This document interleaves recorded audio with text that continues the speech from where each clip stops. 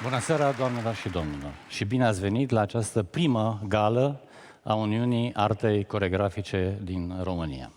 Este o uniune pe care am creat-o pentru a ajuta arta coregrafică din România să se înscrie ca o pares inter pares în corul celorlalte uniuni de creație din România, care au un avans în cursa pe care o presupune ajutorul pe care o astfel de structură o poate face în raport cu membrii ei. Sperăm că îi vom ajunge din urmă, dar nu o să spun că îi vom și întrece, pentru că vrem să mergem umăr la umăr alături de colegii noștri din celelalte uniuni de creație, care sunt înscriși deja în Uniunea Națională a Uniunilor de Creație, ANUC. Sperăm din tot sufletul că acești colegi ai noștri, care deja, cum spuneau, au un avans în ceea ce ne privește, ne vor primi în rândurile lor și împreună vom reuși să ajutăm ceea ce numim cu o sintagmă atât de frumoasă și plină de speranță, cultura română. Mulțumesc!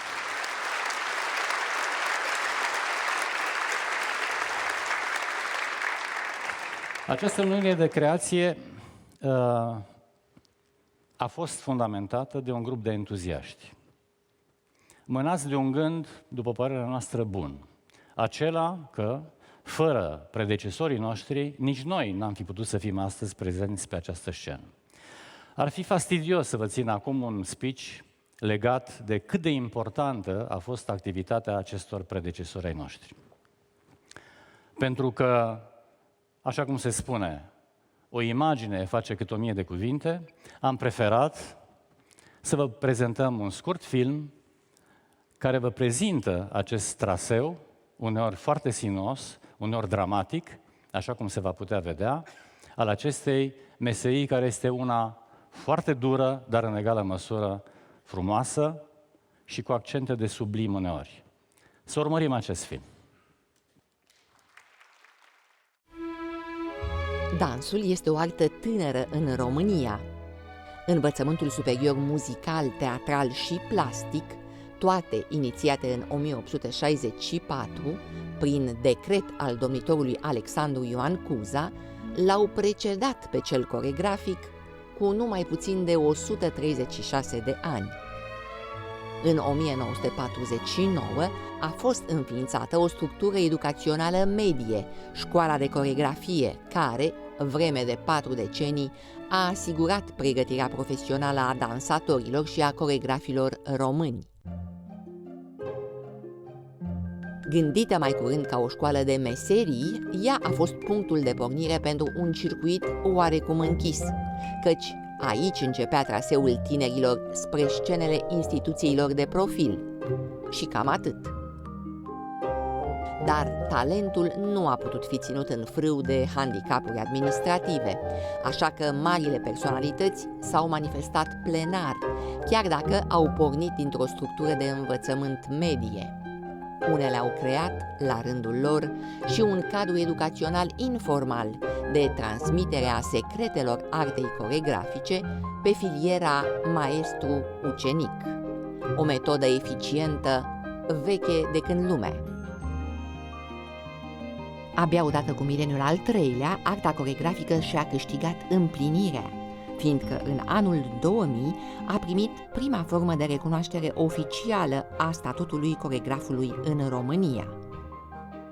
De atunci, nivelul său academic este asigurat de secția de creație coregrafică din cadrul Universității Naționale de Artă Teatrală și Cinematografică Ion Luca Caragiale din București.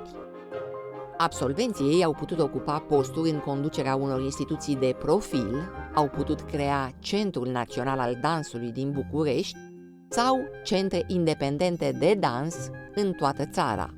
Așa s-a putut naște și Uniunea Artei Coregrafice din România, o structură care strânge rândurile profesioniștilor artei coregrafice și începe să se poziționeze coerent în corul Uniunilor de Creație din România. Un acord s-a ridicat pe efortul celor care au ars pentru această artă vreme de decenii și pe credința că arta coregrafică are un viitor plin de pasiune în România. Ca oricărui nou născut, să îi urăm viață lungă, plină de izbânzi profesionale.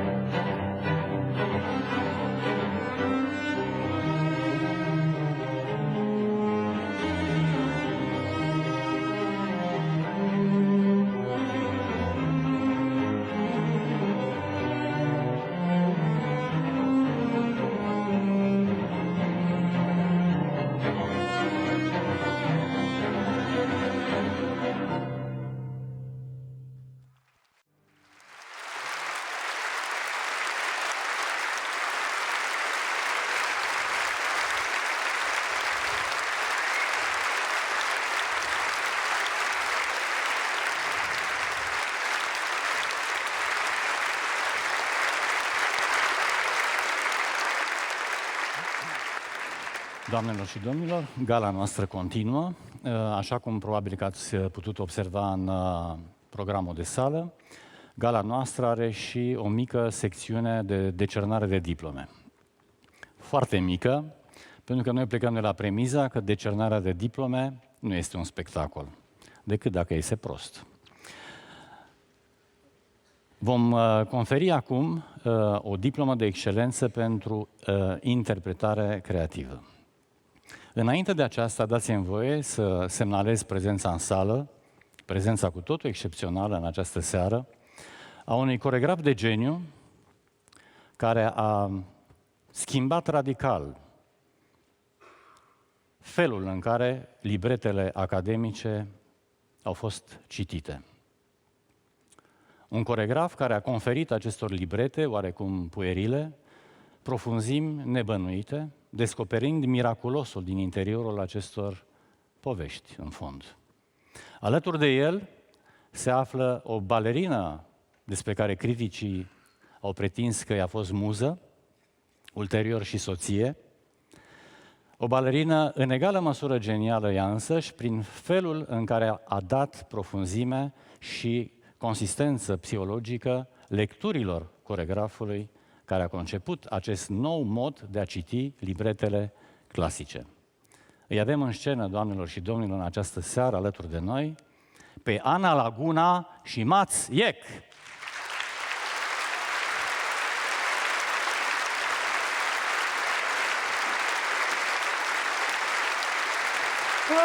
Ana, hello. Je suis très heureux.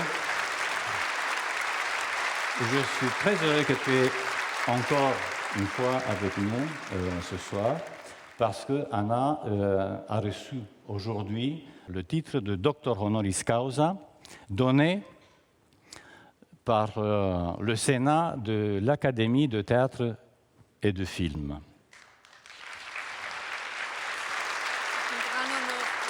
Ben, je t'invite au micro. Si, je peux parler. Anna, maintenant, je vais te donner un petit morceau de papier. Là, il y a un nom, et je te prie de faire l'effort de le lire, parce que ce nom, c'est le nom de celle qui va recevoir ce diplôme d'excellence pour l'interprétation créative dans la danse. Je te prie.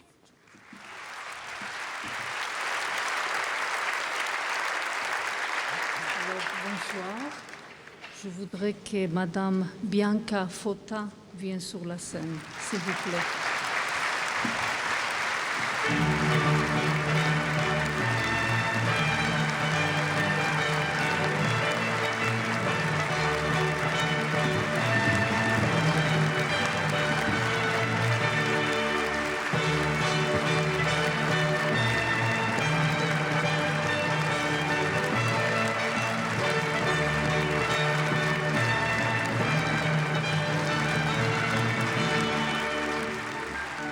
Mulțumim foarte mult, Bianca Fota. Înainte de a părăsi scena, vă invit să vedem un scurt film care prezintă fragmente din activitatea acestei minunate balerine.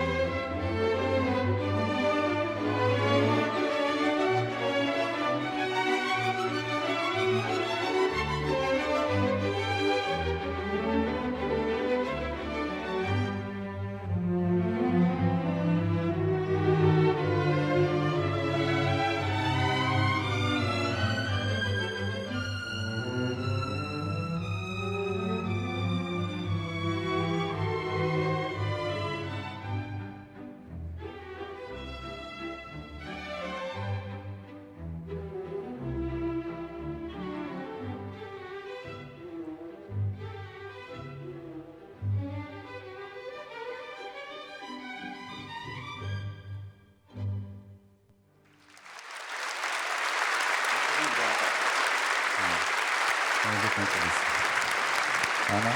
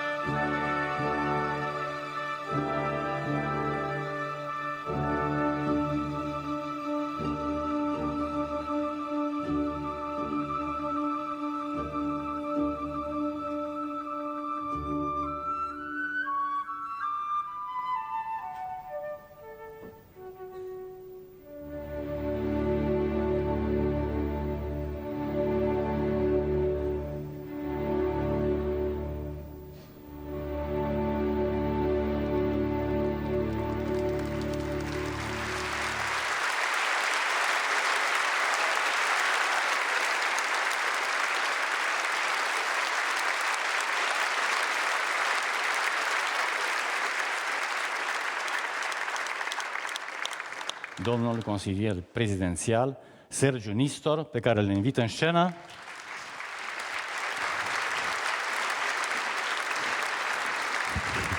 Vă îmbrățișez la microfon, da? Cred că ceea ce trebuie spus în acest mic cuvânt de salut este că, poate nu întâmplător, această gală are loc în luna nașterii lui Eminescu, în luna marcării Zilei Culturii Naționale. Pentru că o cultură puternică, sigur, se bazează pe valori, pe artiști, pe instituții, dar și viața a demonstrat-o, se bazează și pe entități precum UNACOR, adică asociații ale profesioniștilor. Și pot spune, domnule președinte, că m-a impresionat atunci când la început ați vorbit de obiectivele acestei uniuni. Pentru că obiectivele sunt importante, ele sunt plasate sus și atunci când cineva își plasează țintele departe și deasupra, are o șansă ca pe drumuri aspre să ajungă la astre. Și e un lucru important să-ți plasezi țintele sus. Aș spune că aveți parte și de auspicii bune. Faptul că ne aflăm pe această scenă, faptul că uniți în UNACOR energiile și potențialul artistic al UNEATC-ului cu o doză foarte bună de pragmatism și organizare de sorginte centrală europeană provenită de la Sibiu, face ca urarea mea, cu care și închei, de succes și la mulți ani, să fie mai curând o prevestire, ce va fi în curând o constatare. Vă mulțumesc, succes, felicitări! Vă mulțumesc foarte mult, domnule!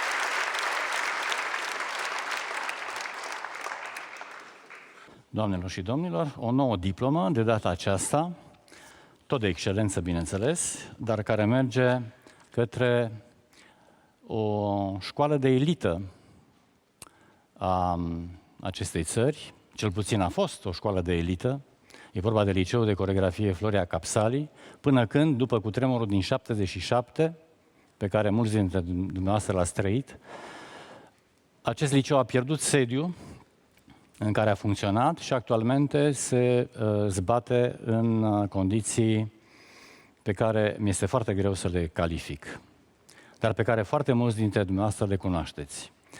În aceste condiții vitrege, profesorii acestui liceu fac totuși în continuare performanță. O performanță pe care colegiul director al Uniunii Arte Coregrafice din România a sesizat-o și pe care în această seară dorește să o premieze, încurajând-o.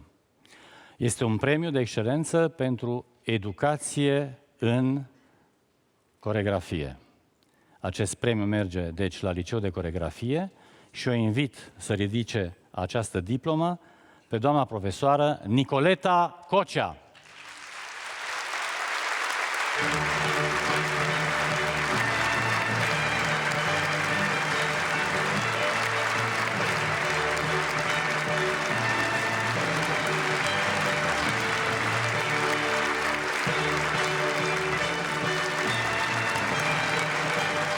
Câteva cuvinte, da? Ultima oară când am urcat în mod oficial pe această scenă a fost acum 20 de ani. Primesc această diplomă și mulțumesc un acor în numele echipei Liceului de Coregrafie Floria Capsali. Cred că o merităm din plin. Bravo. Se muncește enorm și în condiții extrem de grele, iar copiii noștri sunt niște eroi pentru că obțin rezultate foarte bune în poate cel mai impropriu spațiu pentru o școală de coregrafie din toată Europa. An după an, cei mai buni elevi ai noștri ne părăsesc pentru școli de balet din străinătate. Suntem foarte triști, dar îi iubim și le urăm succes în continuare. O seară minunată tuturor!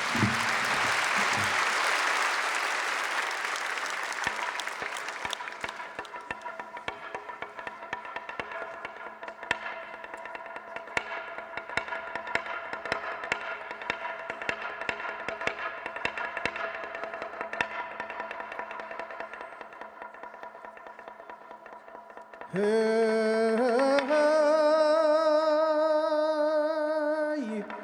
că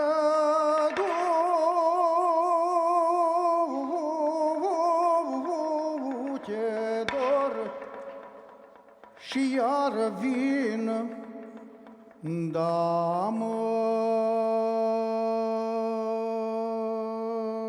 da nu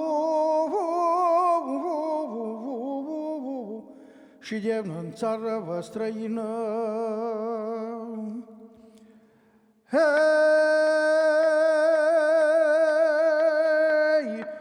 dacă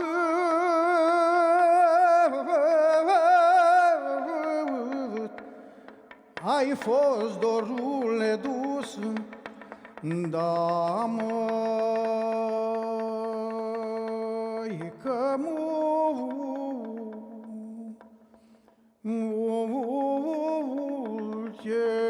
gânduri ți-am mai dus, că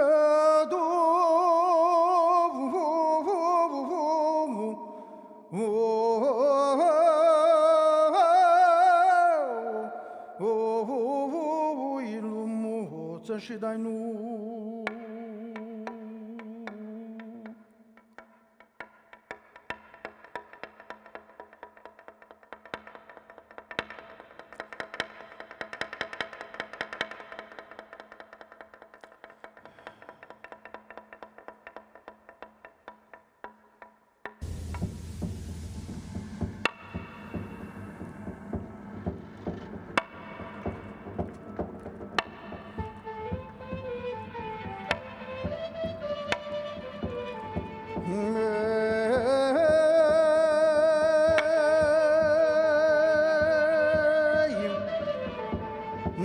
da du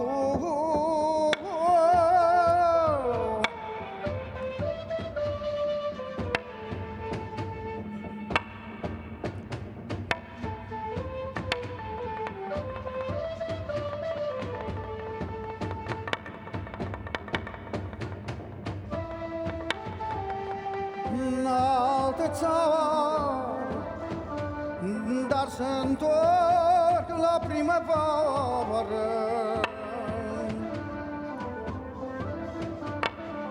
Ei,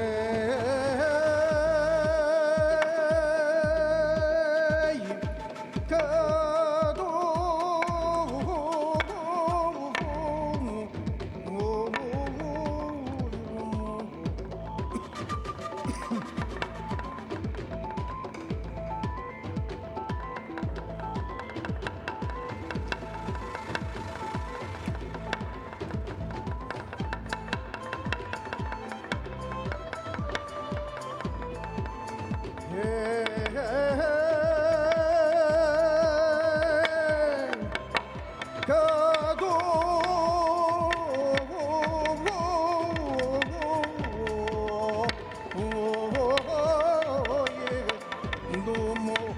și dai nu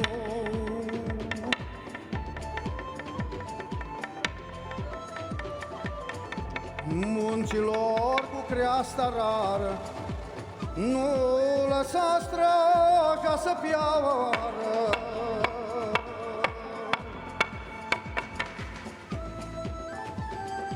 Straja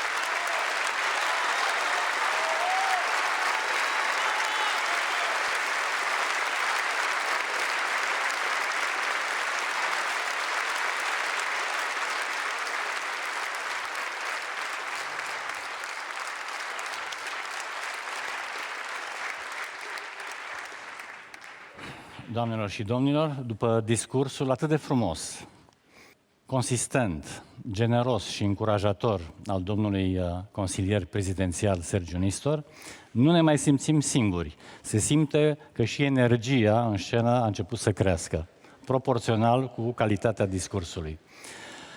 Mai mult decât atât, avem și aliați.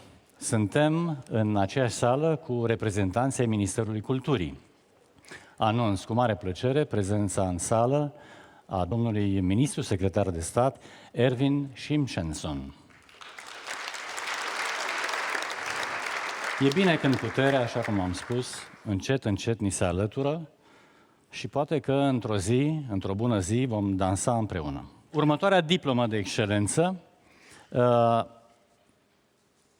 vizează dezvoltarea scenei coregrafice contemporane românești. Avem studenți în un ATC care nu sunt formați doar ca imediat după ce absolvă să intre într-o instituție de stat, ei sunt capabili să creeze instituții independente. O astfel de persoană, al cărui nume nu-l divulg deocamdată, a creat un astfel de cadru în care tinerii se pot dezvolta, iar această diplomă va fi înmânată acelei persoane de către un director general al Institutului Național pentru Cercetare Culturală, cu alte cuvinte, un manager, expert în astfel de dezvoltări ale spațiului cultural, care va înmâna această diplomă. O invit în scenă pe Carmen Croitoru.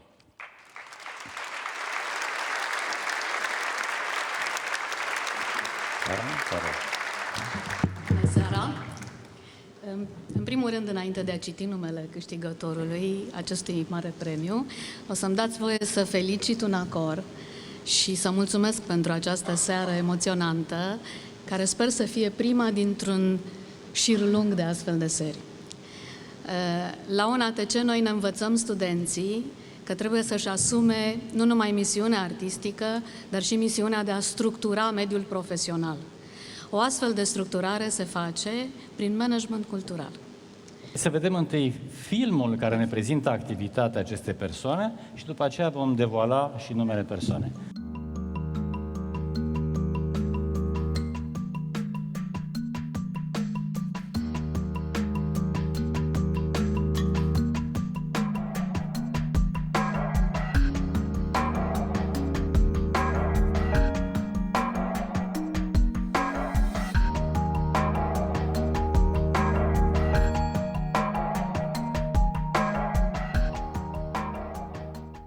O invit în scenă pe doamna, domnișoara Sandra Mahvim. Sandra Mahvima.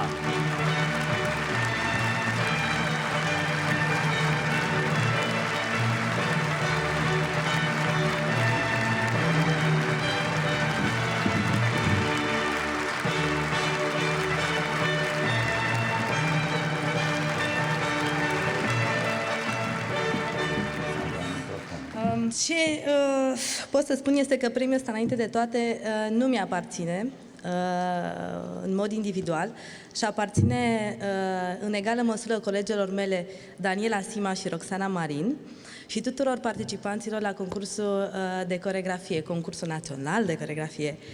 Și ce pot să vă zic? Este doar să fac o mică promovare, că sunt convinsă că foarte mulți dintre dumneavoastră nu știți sau poate nu ați aflat încă despre concursul de coreografie și să vă spun că este unicul proiect de acest gen din România care încurajează creația contemporană independentă și susține creativitatea și profesionalismul și suflul nou din dansul contemporan și pe care în fiecare an, la sfârșitul lunii octombrie sau undeva pe la mijlocul lunii, îl puteți vedea în direct pe internet sau dacă nu și aveți chef să fiți alături de noi și să fiți lângă noi și să vedeți ultimile trenduri și vibe-uri din zona dansului, vă așteptăm în spațiile pe care noi le avem. Vă mulțumesc! Rămâi în scenă, Sandra, rămâi în scenă, te rog. Mulțumim. Carmen, te invit să vedem al doilea film de prezentare, da? Ne retragem.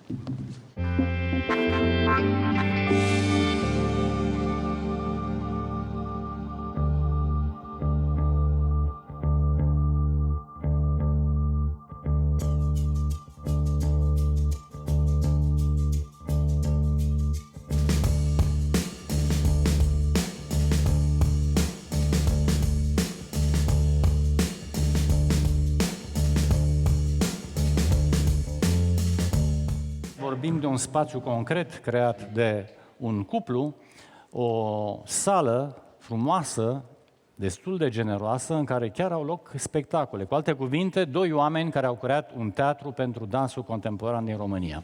Carmen, îți dau bilețelul să ne spui numele Destul persoanei. de simplu, ce mai am de făcut este să-l invit în scenă pe Arcadie Rusu. Arcadie Rusu!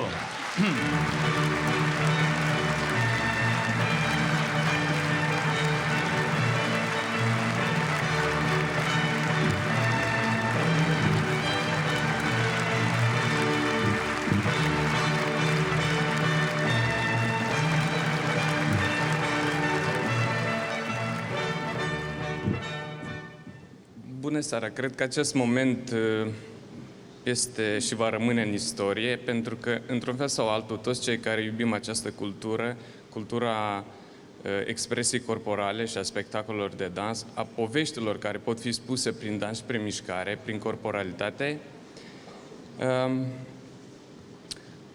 sunteți mulți, la Linotip avem 60 de locuri. Noi, cei din zona independentă, acolo unde prindem, acolo încercăm să facem promovare, pentru că noi avem prea mulți bani pentru asta. Vă mulțumim și suntem onorați să fim în seara aceasta aici.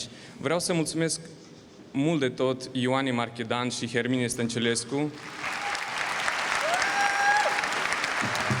care fac o treabă enormă. De altfel și companie pe care încercăm să o punem pe picioare, companie de dans. Deci Linotip este un spațiu independent coreografic în care încercăm în primul și în primul rând să facem o stagiune de dans. O stagiune în care publicul bucureștean să poată să vină să vadă, să știe că există un loc în care poate să vină săptămânal să vadă un spectacol de dans. Foarte mult aș vrea să mulțumesc și doamnei Simona Cosma pentru tot ce a făcut pentru noi și pentru toți prietenii care au pus umăr la umăr ca să se întâmple acest lucru.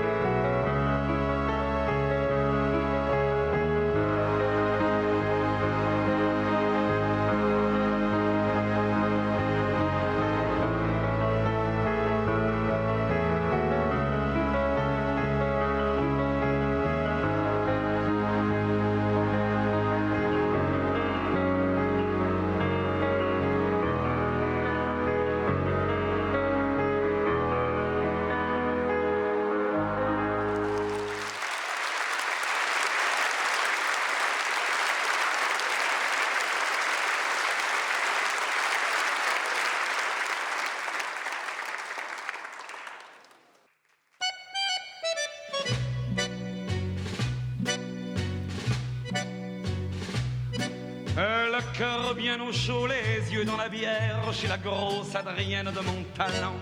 Avec l'ami Jojo et avec l'ami Pierre, on allait boire nos 20 ans. Jojo se prenait pour Voltaire et Pierre pour Casanova. Et moi qui étais le plus fier, moi je me prenais pour moi. Et quand vers minuit passaient les notaires qui sortaient de l'hôtel des 3 faisans, on leur montrait notre cul et nos bonnes manières en leur chantant les bourgeois. C'est comme les cochons, plus ça devient vieux, plus ça devient bête. Les bourgeois, c'est comme les cochons, plus ça devient vieux, plus ça devient. Le cœur bien au chaud, les yeux dans la bière, chez la grosse Adrienne de mon talent. Avec l'ami Jojo et avec l'ami Pierre, on allait brûler nos 20 ans.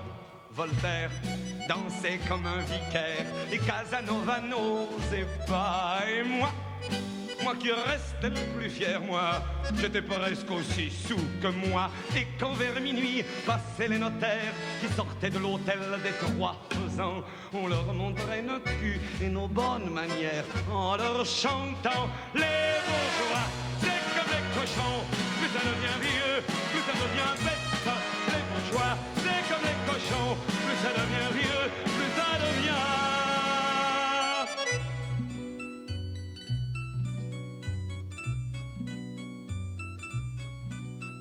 Le cœur au repos, les yeux bien sur terre, au bar de l'hôtel des 3 faisans, avec maître Jojo et avec maître Pierre, entre notaires, on passe le temps.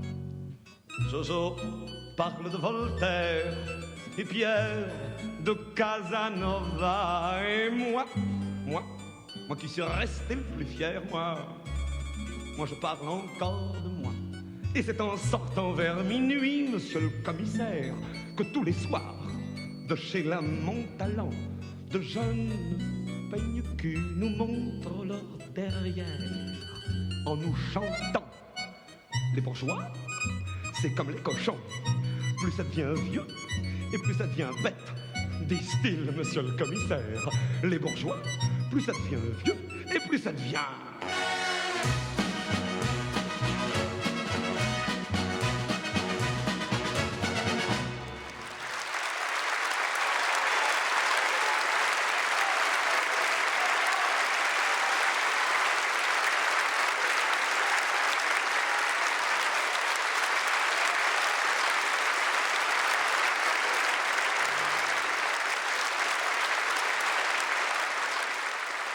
Doamnelor și domnilor, după acest crescendo spre finalul spectacolului, cu minunatul balet al lui Edward Klug, Radio and Juliet, pe care aș putea să-l văd de 100 de ori, fără să pierd nimic din emoția pe care mi-o transmite, după Dinu Tamazlacaru, o vedetă internațională, este momentul să dăm noi un acord, o diplomă de excelență pentru creație coregrafică, iar această creație coregrafică se numește Zig-Zag, un spectacol care a făcut valuri imense în istoria recentă a coregrafiei contemporane. Pentru a înmâna această diplomă, am să invit acum în scenă una dintre poate cele mai mari personalități ale dansului contemporan mondial. Îl invit în scenă pe Mats Ek.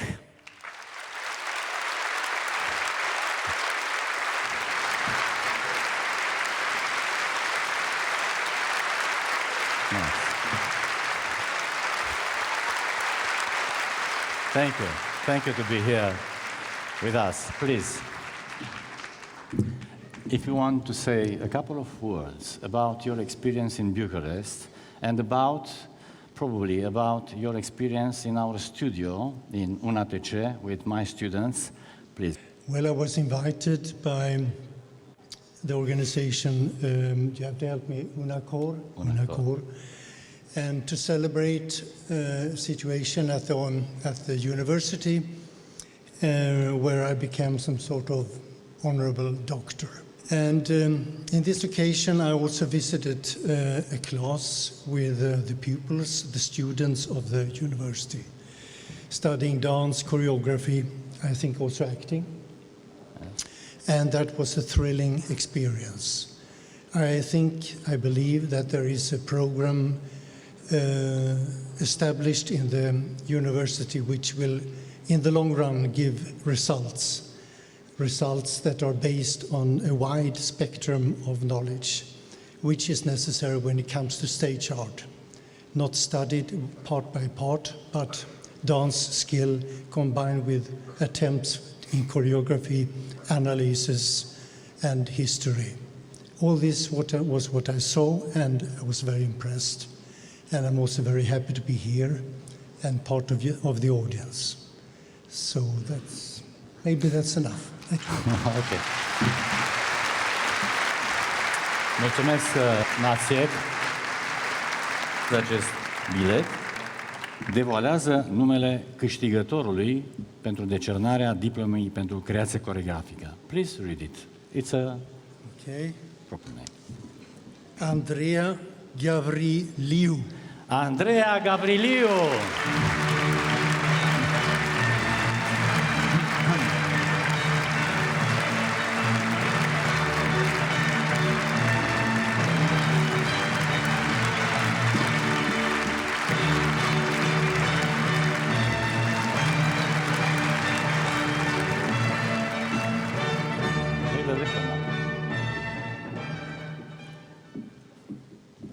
Ok. Andreea, ai microfon. E incredibil ce destin are acest spectacol, care foarte curând va împlini 4 ani de existență. Cred că dacă cineva îmi spunea acum 4 ani că voi primi acest premiu și îmi va fi mânat de domnul Mațek, aș fi zis că face o glumă foarte Îndrăzneață. exagerată. Da, pentru asta aș vrea să-i mulțumesc doamnei profesoare Raluca Ianegic,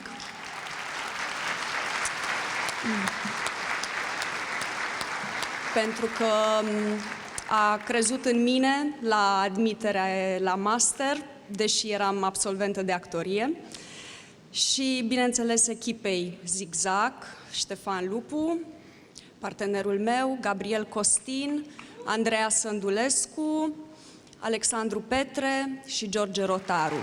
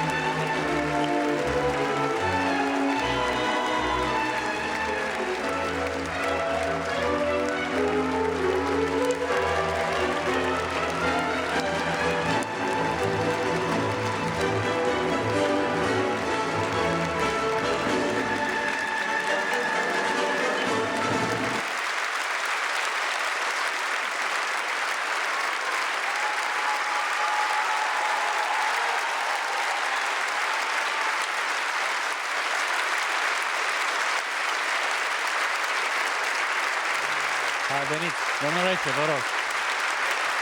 Da.